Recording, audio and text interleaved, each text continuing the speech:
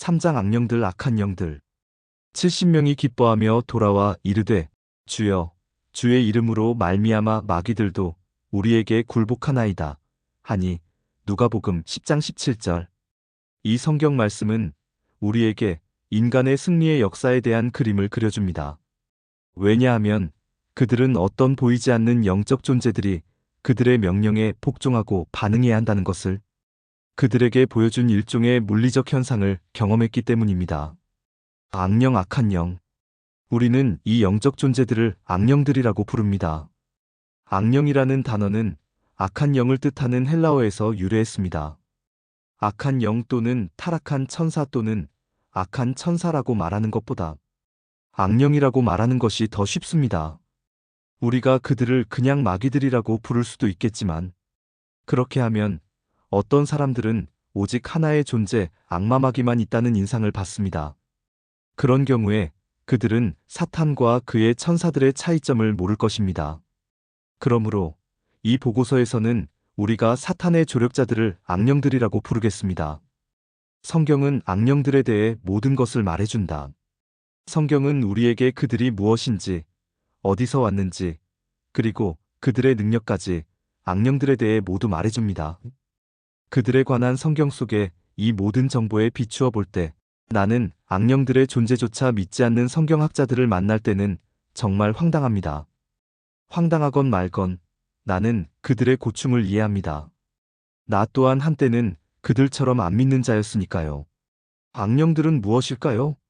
그들은 베드로후서 2장 4절에서 천사들이라고 불리고 요한계시록 12장 9절에서도 역시 천사들로 언급됩니다.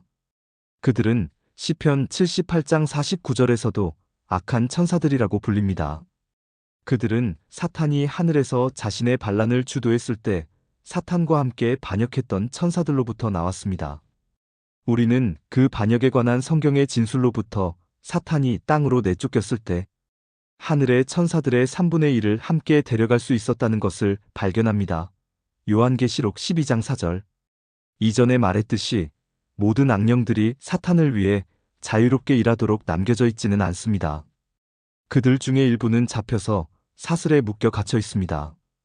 이들은 사슬에 묶인 악령이라고 언급되는데 성경에 의하면 그들은 대환란기의 특정한 시간 동안 풀려질 것입니다. 이들이 유다서 6장과 베드로후서 1장 4에서 말하는 악령들입니다. 사탄은 하나님에 의해 제한받는다. 사탄과 그의 악령들은 어떤 시간 제한과 어떤 한계 안에서 일하도록 허용되었습니다. 그들이 이 한계를 벗어날 때는 언제든지 허락을 받아야 합니다. 마태복음 8장 29절은 우리에게 이 시간 제한에 대한 예를 보여줍니다. 우리는 욥기 1장 12절과 욥기 2장 6절의 성경 말씀으로부터 그들이 정상적 한계를 넘어가기 위해서는 특별한 허락을 받아야 했다는 것을 봅니다. 전에 말했던 이 사슬에 묶인 악령들은 하나님의 특별한 허락 없이 그 한계를 넘었고 창세기 6장 2절 즉시 잡혀서 사슬에 묶였는데 지금까지도 그들은 거기에 있습니다. 나는 악령들의 진짜 형태들을 보았다. 각각의 악령은 전문가이다. 나는 여러 형태와 모양의 악령들을 보도록 허용되었습니다. 각각의 무리의 악령들은 그들의 진짜 형태와 모양을 나에게 드러내야 했습니다. 그들의 형태와 모양은 그들의 전문 영역도 보여줍니다. 내가 둘째 하늘을 통과하고 있었을 때 나는 곧 그 모든 악령의 세계에서는 일반이가 없다는 것을 발견했습니다. 각각의 악령은 전문가입니다. 그들은 오직 하나의 전문 영역을 가지고 있는데 그 영역에서는 아주 잘 일합니다. 천사들은 우리의 마음을 읽을 수 있다. 둘째 하늘에는 전혀 사랑이 존재하지 않는다. 그 세계를 여행하는 동안 나는 뭔가 질식할 것 같은 압박감에 시달렸습니다. 내가 이 느낌에 대해 심사숙고하는 동안 나는 안내하는 천사들이 내 마음을 읽을 수 있다는 것을 알아냈습니다. 그들이 나에게 말했습니다. 네가 궁금해하는 이것은 여기 사랑이 없다는 사실 때문에 야기된 것이다. 와, 그게 상상이 되십니까? 그 세계에는 전혀 사랑이 없습니다. 나는 모든 방식의 모양과 형태를 가진 영적 존재들을 수천이나 볼 수 있었는데 그들 중 단 하나에게도 전혀 사랑이 없었습니다. 그들의 주인을 향한 사랑도 없었고 스스로를 향한 사랑도 없었습니다. 그들의 주인조차 그들을 향한 사랑이 전혀 없었습니다. 사랑하지 않는 동료와 영원히 일해야 한다는 그 자체가 얼마나 큰 형벌인지요. 안내하는 천사들은 악령들을 지적하면서 각각의 무리의 이름을 말했습니다. 나는 그들을 모든 크기들과 모양들로 보았습니다. 일부는 인간들처럼 보였고, 일부는 거인들처럼 보였고, 또 일부는 반인반수로 보였습니다. 일부는 이 세상에서 알려진 동물들처럼 보였지만, 일부는 너무나 끔찍해서 보기만 해도 거의 구토를 일으켰습니다. 나는 사람의 마음이 상상할 수 없는 형태와 모양들을 가진 일부 악령들을 보았습니다. 성경은 요한계시록 16장 13절에서 이런 이상한 모양들과 형태들을 보여줍니다. 전쟁 악령들. 악령의 크기인 모양, 그리고 형태는 사회적 계급에서의 그의 위치와 정부의 명령, 체계 속에서의 그의 위치를 나타냅니다. 계급의 꼭대기에는 사탄의 알짜인 거대한 전쟁 악령이 있었습니다. 그들은 신장이 2.5m나 되도록 거대한 것을 제외하고는 인간들처럼 생겼습니다. 굴이 새기고 아름다운 체격을 가지고 있었는데 그들은 거인 군사들을 닮았습니다. 이 무리로부터 사탄의 프린스들이 나옵니다. 이 전쟁 악령들은 명령 체계에서 1등입니다. 이 계급 또는 무리가 모든 프린스들을 배출하고 이 땅에 전쟁과 전쟁의 소문을 만들 모든 계획을 수립합니다. 역사를 잠깐 들여다보면 그들이 자신의 임무를 얼마나 잘 수행했는지를 보여줄 것입니다. 지난 200년 동안에만도 1억 명이 넘는 사람들이 전쟁 때문에 지구에서 생명을 잃었습니다. 역사를 돌아보면 우리는 3358년이라는 시간 간격 동안 단 237년만이 평화로운 해였다는 것을 봅니다. 남은 3121년은 전쟁의 해였습니다. 스캐빙톤 우드는 그의 책 시대의 표징들에서 기원전 1500년에서 주 1860년까지의 기간 동안에 영원히 지속되도록 만들어졌었던 8000개가 넘는 평화 조약들이 깨어졌다고 말했습니다. 그렇습니다. 거기에는 의심의 여지가 없습니다. 그들은 전문가들이고 그들의 임무를 잘 수행합니다. 그들은 전쟁을 어떻게 선동하는지를 잘 압니다. 성경은 교만이 사탄이 타락한 이유들 중에 하나라고 말합니다. 이 교만의 특성이 이 특정 무리의 악령들을 통해 반영됩니다. 악령의 각각의 무리 또는 계급은 적어도 하나 이상의 사탄의 특성을 반영합니다. 전쟁 악령은 교만하고 아름답고 강하고 권세 있고 교활하고 지적이며 자신도 그것을 알고 있습니다. 탐욕의 악령. 그 다음 무리 또는 계급은 보통 사람들을 닮았습니다. 이 무리가 모든 악령들 중에서 두 번째로 가장 강력하고 명령 체계에서 2등인 악령들입니다. 정부에서 이 특정 악령의 위치는 프린스의 바로 아래에 있습니다. 그의 정체는 탐욕의 악령이라고 했습니다. 이 마지막 때에 인간을 공격하는 데 있어서 그 탐욕 악령의 임무가 두 번째로 가장 중요한 업무임을 나에게 드러내 주셨습니다. 그에게는 이 세상의 경제를 파괴시키는 임무가 주어졌습니다. 사탄은 모든 노력을 다한다. 과거 역사 속에서 악령들은 특정 목표 지역들로 파견되었습니다.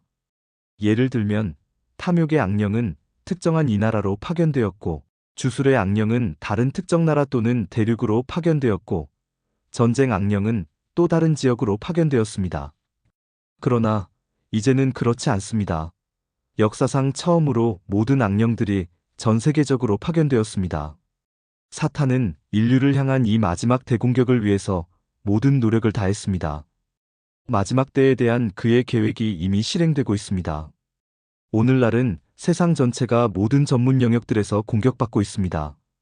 이런 일들의 일부가 과거에는 한 나라에 국한되어 있었지만 이제는 더 이상 한 지역에 국한되어 있지 않습니다.